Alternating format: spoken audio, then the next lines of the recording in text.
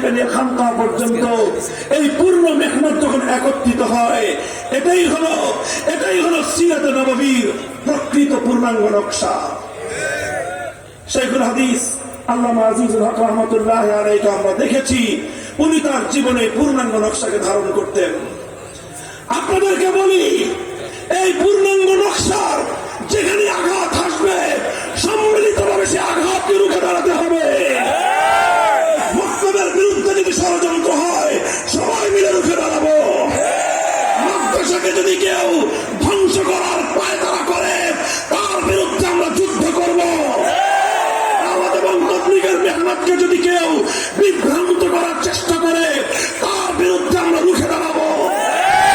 দাওয়াতুল হকের কাজকে যদি কেউ নষ্ট করতে চায়, একজন পরিমাণ ছাড় পাবে না। আর ইসলামী রাজনীতি কি করবেন বলেন, কি করবেন? এটার উপর সবচেয়ে বেশি সকলের দৃষ্টি। এটার উপরে বিভিন্ন ভাবে আক্রমণ করা হয়। মনে রাখতে হবে, ইসলামী রাজনীতি হলো ইসলামের প্রতিরক্ষা ব্যবস্থা। রাষ্ট্রের প্রতিরক্ষা ব্যবস্থা যদি ভেঙে পড়ে, সে রাষ্ট্র টিকে না। ইসলামের রাজনৈতিক ব্যবস্থা যদি ভেঙে যায়, গোটা ইসলাম বিপন্ন হয়ে যাবে। এজন্য যারা ইসলামী রাজনীতির উপর আঘাত করতে আসবে, সে